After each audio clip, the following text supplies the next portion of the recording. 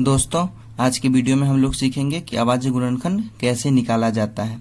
इस वीडियो में हम लोग ये भी सीखेंगे कि अभाज्य गुणनखंड निकालने के लिए हमें कौन कौन सा रूल को अपनाना चाहिए जिससे हमें आसानी से अभाज्य गुणनखंड निकल सके। ठीक है, तो अभाज्य गुणनखंड निकालने से पहले हम लोग ये सीख लेते हैं कि इसका उपयोग कहाँ कहाँ किया जाता है। ठीक है, तो अभाज्य गुणनखंड का उपयोग हम लोग करते हैं एलसीएम, एचसीएफ निकालने में, वर्गमूल निकालने में, किसी भी संख्या का घनमूल निकालने में। ये सभी चीजों का निकालने के लिए हम क्या करते हैं, अभाज्य गुणनखंड का हम लोग उपयोग करते हैं। ठीक है, तो आइए अब हम लोग सीखते हैं कि अभाज्य गुणनखंड क्या होता है।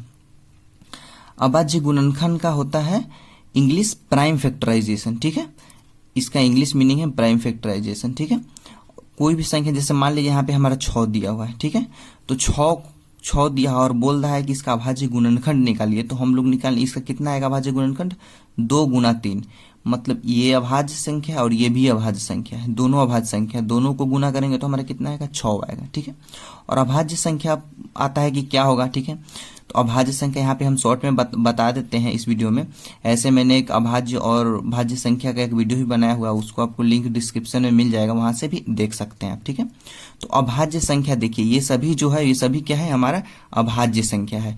2 है, 3 है, 5 है, 7 है, 11 है, 13, इससे आगे ये सभी जो भी जितने यहाँ पे जितने भी संख्या लिखे हैं, इससे आगे भी बहुत सारी संख्या है, वो सभी हमारी क्या है, अभाज्य संख्या है। ठीक है, उसी तरह हमारा 150 का अगर अभाज्य गुणनखंड निकालना है तो कितना आएगा, इन सभी संख्याओं का गुना करेंगे तो हमारा कितना आएगा, 150 आएगा, और ये सभी संख्या अभाज्य संख्या है। 630 का क्या होगा अभाज्य गुणनखंड, ये सभी का गुना करेंगे हमारा तो कितना आएगा, 630 आएगा, और ये भी सभी संख्या अभाज्य संख्या है। उसी तरह 1323 है, तो इन सभी का गुना करेंगे हम तो 1323 आएगा, और ये सभी क्या है, हमारा अभाज्य संख्या। ठीक है, आइए हम लोग अब देखते हैं कि क्वेश्चन किस तरह से इसमें आता है। ठीक है, जैसे यहाँ पे क्वेश्चन दिया हुआ है, निम्नलिखित संख्याओं का अभाज्य गुणनखंड ज्ञात कीजिए। यहाँ पे हमने यही 3 क्वेश्चन लिया है, ये लास्ट के 3 क्वेश्चन, इसी को एग्जाम्पल को हम यहाँ पे क्वेश्चन के रूप में लिए हैं। जहाँ पे हमारा पहला क्वेश्चन है 150, इसका क्या निकालना है, हमारा अभाज्य गुणनखंड निकालना है। ठीक है, तो हम उसको सीख लेते हैं कैसे उसको अभाज्य गुणनखंड निकलता है। ठीक है, देखिए यहाँ पे हमारा पहला क्वेश्चन है कि 150, इसका क्या निकालना है, हमारा अभाज्य गुणनखंड निकालना है। तो हम लोग कैसे निकालेंगे, सबसे पहले यहाँ पे हम लोग लिखेंगे 150। ठीक है, और उसके बाद एक रेखा ऐसे खींचेंगे लंबा और एक रेखा ऐसे खींचेंगे। ठीक है, अब सबसे पहले 150 में हमारी सबसे जो छोटी संख्या है, देखिए ये हुआ हमारा क्या, अभाज्य संख्या। और कोई पूछेगा सबसे छोटी अभाज्य संख्या कौन है, तो हमारा कितना हुआ, 2 है। ठीक है, अभाज्य संख्या में 1 कभी नहीं आता है, 1 हमारा क्या है, अभाज्य संख्या नहीं है, ये आप लोग याद रखिएगा। ठीक है, हमारा सबसे छोटी अभाज्य संख्या क्या है, 2 है। ठीक है, और सबसे बड़ी अभाज्य संख्या नहीं होता, वो बहुत ही ऊपर, तो मतलब कितना भी हो सकता है, जितना आप सोच सकते हैं उससे भी ज्यादा हो सकता है। ठीक है, तो सबसे छोटी अभाज्य संख्या 2 है, तो हम सबसे पहले इस संख्या में 2 से भाग देंगे। ठीक है, यहाँ से हम लोग 2 से यहाँ पे साइड में भाग दिए। ये आप लोग को रफ में करना है ये सब चीज, और यहाँ पे ये हमारा जो मेन है यहाँ पे कर रहे हैं। ठीक है, तो हम लोग 2 से 150 में भाग दिए, तो हमारा कट कुटी कितना, 0 आ गया, मतलब लास्ट में यहाँ पे हमारा शेषफल 0 आ गया, और भागफल कितना आ गया, 75 आ गया। तो हम लोग क्या लिखेंगे, इस 2 को हम लोग यहाँ पर लिखेंगे, और जो हमारा यहाँ पे भागफल है उस 75 को यहाँ पे लिखेंगे। ठीक है, फिर ऐसे लाइन खींच देंगे। अब ये हमारा 75 यहाँ पे है, फिर इस 75 को हम लोग ये जिस संख्या से पहले भाग दिए थे उसी संख्या से देंगे, 2 से। तो हमारा कितना है, कट के नीचे कितना है, 1 आया। हमारा चूंकि 1 आया है, अगर यहीं पे 0 आ जाता तो हम इस 2 को यहाँ लिख देते और फिर इस 37 को यहाँ लिख देते, लेकिन हमारा यहाँ पे 1 आया है तो इसलिए हम इस चीज को नहीं लिखेंगे। ठीक है, अब 75 को हम 2 के आगे वाली संख्या, मतलब 2 के बाद जो भी अभाज्य संख्या उससे भाग करेंगे। ठीक है, क्योंकि यहाँ पे हमारा 0 नहीं आया और हमें 0 आना चाहिए, तभी उस संख्या को हम अभाज्य से गुणनखंड कहते हैं। ठीक है, तो 75 में हम लोग 2 के आगे कौन सा अभाज्य संख्या, हमारा 3 से भाग करेंगे, तो हमारा कट के 0 आ गया, मतलब ये अब संख्या हम लोग लिखेंगे, इस 3 को यहाँ लिखेंगे और इस 25 को भागफल को यहाँ लिखेंगे।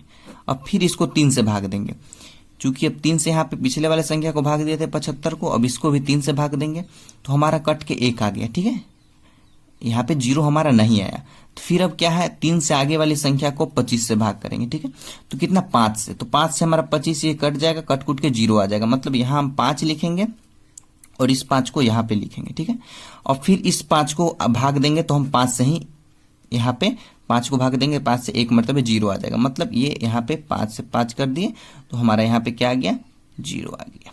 ठीक है, तो अब हम यहाँ पे क्या लिखेंगे, यहाँ पे लिखेंगे 150 बराबर 2 गुने जितने भी यहाँ पे संख्या है सभी लिख देंगे, 2 गुना 3 गुना 5 गुना 5, यही क्या होगा, यही हमारा आंसर आ गया। ठीक है, अब हम दूसरे क्वेश्चन की तरफ बढ़ते हैं। हमारा दूसरा क्वेश्चन है 630। 630 को उसी तरह करेंगे, 630 यहाँ लिखेंगे, इसको ऐसे करेंगे। सबसे पहले कौन, सबसे छोटी संख्या 2 से भाग करेंगे तो हमारा 0 आ गया। ठीक है, तो अब इस 315 को हम लोग यहाँ लिख लेंगे और इस 2 को यहाँ लिख लेंगे, फिर इसको 2 से भाग करेंगे तो 2 से हमने यहाँ पे भाग किया तो 1 आ गया। ठीक है, तो हम इसको 2 से भाग किए तो 1 आया, यहाँ पे 0 आ जाता तब हम 2 को लिख देते, लेकिन यहाँ पे 0 हमारा नहीं आया। ठीक है, तो हम लोग इस 315 को फिर आगे वाली अभाज्य संख्या मतलब 3 से भाग करेंगे तो हमारा क्या, कट के यहाँ 0 आ गया। ठीक है, तो इस 3 को हम यहाँ लिख देंगे और 105 जो हमारा भागफल है उसको यहाँ, फिर उसी तरह इसको एक करेंगे तो फिर से 3 से ये लगेगा, फिर 0 आ जाता है तो 35 यहाँ पे लिख देंगे और 3 वहां। ठीक है, अब फिर इसको 3 से भाग करेंगे, 3 से भाग करेंगे तो हमारा शेषफल कितना, 2 आ गया। ठीक है, तो हम लोग इसके आगे वाली फिर अभाज्य संख्या से 35 को भाग करेंगे, क्योंकि यहाँ पे तो हमारा 2 आ गया ना, कि 0 आना चाहिए था, 2 आ गया, तो हम इसके आगे वाली कौन सी अभाज्य संख्या आता है 3 के बाद 5, तो 35 को हम 5 से भाग दिए तो यहाँ 0 आ गया, तो हम लोग इसको यहाँ लिख देंगे कि 5 से भाग लगा है और 7 यहाँ पे भागफल है। ठीक है, अब फिर इसको हम लोग यहाँ कितना है, 7। अब चूंकि हम 5 से यहाँ भाग करेंगे तो 5 से तो पूरा पूरी कटेगा नहीं ना, 2 हमारा रिमेनिंग बच जाएगा शेषफल, इसलिए हम इसको 7 से भाग लगाएंगे, तो 7 से लगाएं एक मरतबे तो यहाँ पे कितना आ गया, 7 आ गया। ठीक है, तो यहाँ पे हमारा 1 आ गया,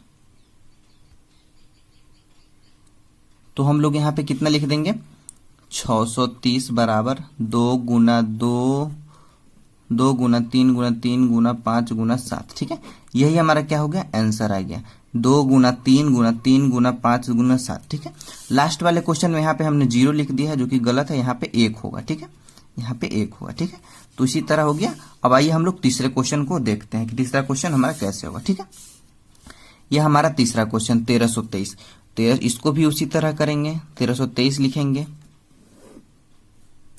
सबसे पहले 2 से भाग करेंगे तो हमारा 1 आ जाएगा भागफल, शेषफल, तो ये 2 से नहीं होगा। फिर इसके आगे वाली 3 से हम लगाएंगे तो यहाँ पे 0 आ जा रहा है, तो इसलिए यहाँ पे 3 लिख देंगे, यहाँ पे 4 4 1। फिर अब इसको 3 से लगाएंगे तो हमारा 0 आ जाता है, तो इसलिए 3 यहाँ लिखेंगे, 147 यहाँ।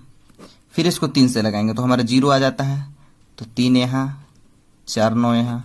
फिर इसको हम लोग 3 से लगाएंगे, 49 को 3 से लगाएंगे तो हमारा शेषफल 1 आ रहा है, तो हम लोग इसके आगे वाली अभाज्य संख्या को अब 49 से भाग करेंगे, तो 5 से 49 में भाग करेंगे, फिर शेषफल 4 आ गया, इससे भी नहीं हुआ, तो हम लोग 49 को अब 5 के बाद कौन सा अभाज्य संख्या आता है, 7 से भाग करेंगे तो हमारा 0 आ गया। ठीक है, तो हम लोग यहाँ पे लिख देंगे 7, यहाँ पे भी 7, और इसको भी 7 से भाग कर देंगे तो 1 मतलब। ठीक है, तो इसको हम लोग क्या लिखेंगे, 1323 बराबर 3 गुना 3 गुना 3 गुना 7 गुना 7, यही हमारा क्या हो जाएगा, आंसर हो जाएगा। ठीक है, तो आप लोग इसी तरह से अभाज्य गुणनखंड अगर दिया हुआ है तो आप इसी तरह से कर सकते हैं और आसानी से आप अभाज्य गुणनखंड इसी वीडियो से आप सीख सकते हैं। तो आज का वीडियो यहीं समाप्त करते हैं। उम्मीद करते हैं आपको वीडियो अच्छा लगा हो तो लाइक शेयर सब्सक्राइब जरूर करें और अपने दोस्तों के साथ ये वीडियो जरूर शेयर करें, जिससे आपके दोस्त भी आसानी से अभाज्य गुणनखंड सीख सकें। ठीक है, धन्यवाद।